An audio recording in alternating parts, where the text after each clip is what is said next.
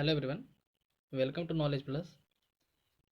इस वीडियो में हम 2020 के एनटीएससी के रिगार्डिंग फ्रेंच रेवोल्यूशन का वीडियो देखने जा रहे हैं। क्लास 9 चैप्टर 1 फ्रेंच रेवोल्यूशन का वीडियो देखने जा रहे हैं एमसीक्यू के माध्यम से, उसको रिवाइज करेंगे। तो आइए शुरू करते हैं आज का लेक्चर। फर्स्ट क्वेश्चन है कि the various groups in France society were known as, यानी जो फ्रेंच सोसाइटी था उसमें वेरियस ग्रुप का क्या नाम था।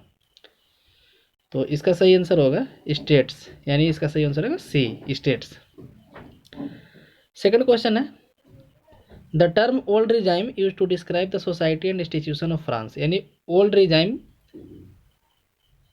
कितने ईयर तक को बोलते थे, मतलब कौन से साल को, है ना, हम लोग ओल्ड रिजाइम बोलते थे। तो 1789 के पहले का जितना साल था उसको हम लोग ओल्ड रिजाइम बोलते थे, यानी बिफोर 1789 इसका सही आंसर होगा। थर्ड क्वेश्चन है पीजेंट्स मेड अबाउट ब्लैंक्स है percent of the French population at the time of revolution, यानी रिवोल्यूशन के समय पीजेंट जो है वहाँ की आबादी के कितने प्रतिशत थे। तो इसका सही आंसर होगा 90%, लगभग 90% जो है पीजेंट थे, यानी किसान थे। नेक्स्ट है a kind of tax called taille वाजन, है ना। तो एक इस तरह का टैक्स था, तो एक तरह का डायरेक्ट टैक्स था, यानी कि हर किसी को देना होता था। तो इसका सही आंसर होगा ए। क्वेश्चन नंबर 5 है the population of France rose from, यहाँ भी ब्लैंक है, इन 1751, यहाँ भी ब्लैंक है, और 1789, यानी कि 1751 से 1789 तक, 1751 से 1789 तक फ्रांस का पॉपुलेशन कितना इंक्रीज किया। तो इसका सही आंसर होगा 23 मिलियन टू 28 मिलियन, यानी कि इसका सही आंसर होगा बी। नेक्स्ट क्वेश्चन है मोंटेस्क्यू रोट, मोंटेस्क्यू कौन सा बुक लिखा था। तो मोंटेस्क्यू लिखा था द स्पिरिट ऑफ लॉज, 6 का सही आंसर होगा सी। क्वेश्चन नंबर 7 है the agitated crowd stormed and destroyed the Bastille on, Bastille का जो जेल था भीड़ के द्वारा कब तोड़ा गया था। तो इसका सही आंसर होगा 14 जुलाई 1789। नेक्स्ट क्वेश्चन है the national assembly completed the drafting of the constitution, यानी कि जो नेशनल असेंबली था कॉन्स्टिट्यूशन को ड्राफ्टिंग कितने साल, मतलब कि कौन से साल तक कर लिया था। तो इसका सही आंसर होगा 1791, 1791 तक कॉन्स्टिट्यूशन का ड्राफ्टिंग हो गया था नेशनल असेंबली के द्वारा। क्वेश्चन नंबर 9 है the member of national assembly were, जो नेशनल असेंबली के जो मेंबर थे क्या नॉमिनेट किए गए थे या डायरेक्टली इलेक्ट हुए थे, इनडायरेक्टली इलेक्ट हुए थे, अपॉइंट किए गए थे। तो इसका सही आंसर होगा इनडायरेक्टली इलेक्टेड, 9 का सही आंसर होगा बी। नेक्स्ट है to qualify as an elector and then as member of assembly a man had to belong to the, कह रहा है कि एक इलेक्टर के रूप में क्वालिफाई होने के लिए, क्वेश्चन नंबर 10 है एक इलेक्टर के रूप में क्वालिफाई होने के लिए और एक मेंबर के रूप में क्वालिफाई होने के लिए असेंबली के आदमी को कौन से ब्रैकेट में होना चाहिए। तो यहाँ होगा highest bracket of tax payer. यहाँ हम डिटेल में नहीं जाएंगे क्योंकि हम लोग रिवाइज कर रहे हैं इसको एमसीक्यू के माध्यम से। नेक्स्ट है the constitution begin with a declaration of the, constitution जो है स्टार्ट हुआ था किस चीज़ के डिक्लेरेशन से। तो इसका सही आंसर होगा right of man and citizens. Question number 12 है after signing the constitution of king of France inter into secret negotiation with, मतलब कि कॉन्स्टिट्यूशन साइन करने के बाद जो फ्रांस का राजा था किससे जो है एक सीक्रेट नेगोशिएशन किया। तो उसका सही आंसर होगा किंग ऑफ प्रसिया। क्वेश्चन नंबर 13 है which of the following was a patriotic song of France during the revolution, मतलब कि रिवोल्यूशन के समय फ्रांस का एक पेट्रियोटिक सॉन्ग था, वो कौन था। तो था मार्शलिस, आप लोग इसके बारे में पढ़े होंगे बुक में। तो मार्शलिस था, एक देशभक्ति गाना था। क्वेश्चन नंबर 14 है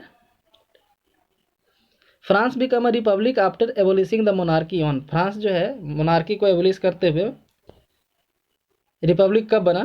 तो इसका सही आंसर होगा सी 21 सितंबर 1792।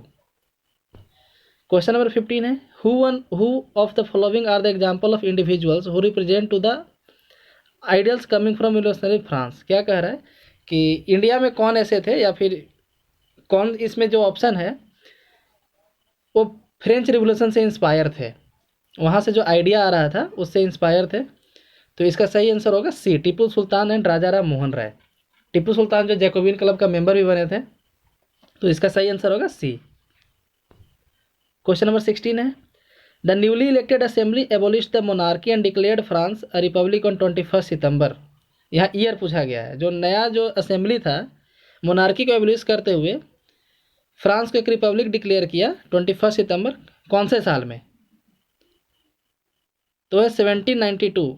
यहाँ ऑप्शन गलत लिखा गया है, 1792।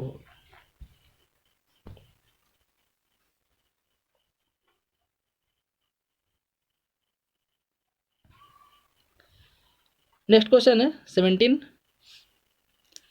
Old regime term is usually use to describe the society and institution of France before. तो इसका सही आंसर होगा सी, 1789। अभी ये पीछे भी हम लोग पढ़े थे।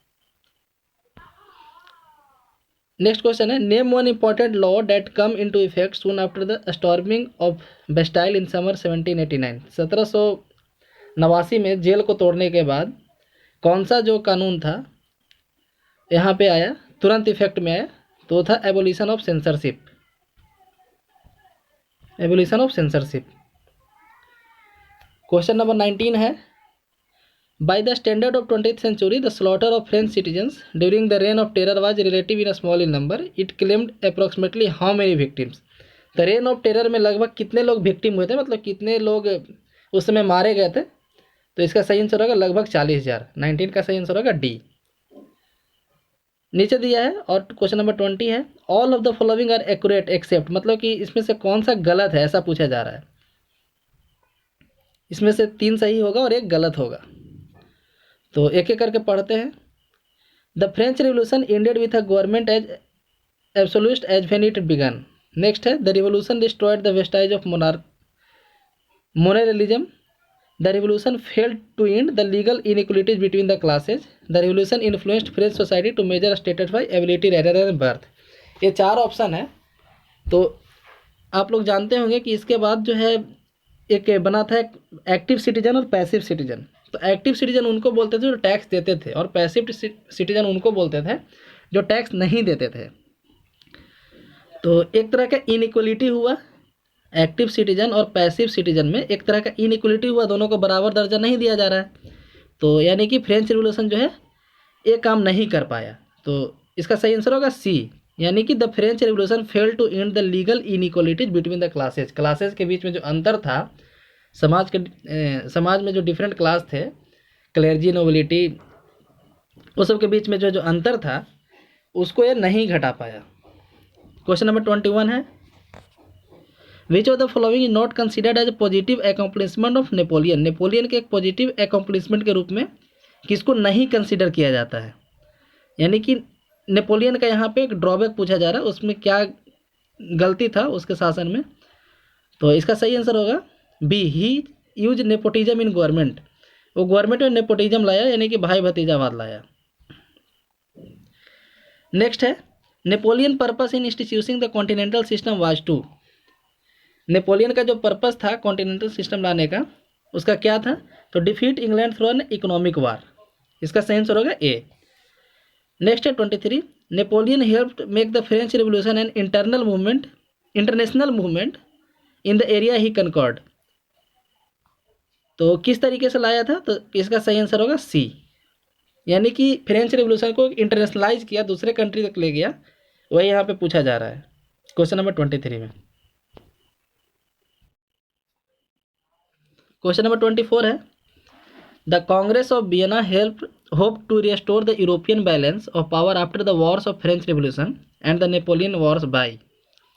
यानी इसमें पूछा जा रहा है कि जो वियना कांग्रेस था यूरोपियन बैलेंस को रिस्टोर करने के लिए सोचा after the war of French revolution and the Napoleon war by surrounding France with strong states. इसका सही आंसर ए होगा। क्वेश्चन नंबर 25 है, who was the man whose ideas and aims dominated the congress of Vienna and after who the age of reaction from the fall of Napoleon to the revolutions of 1848 is named.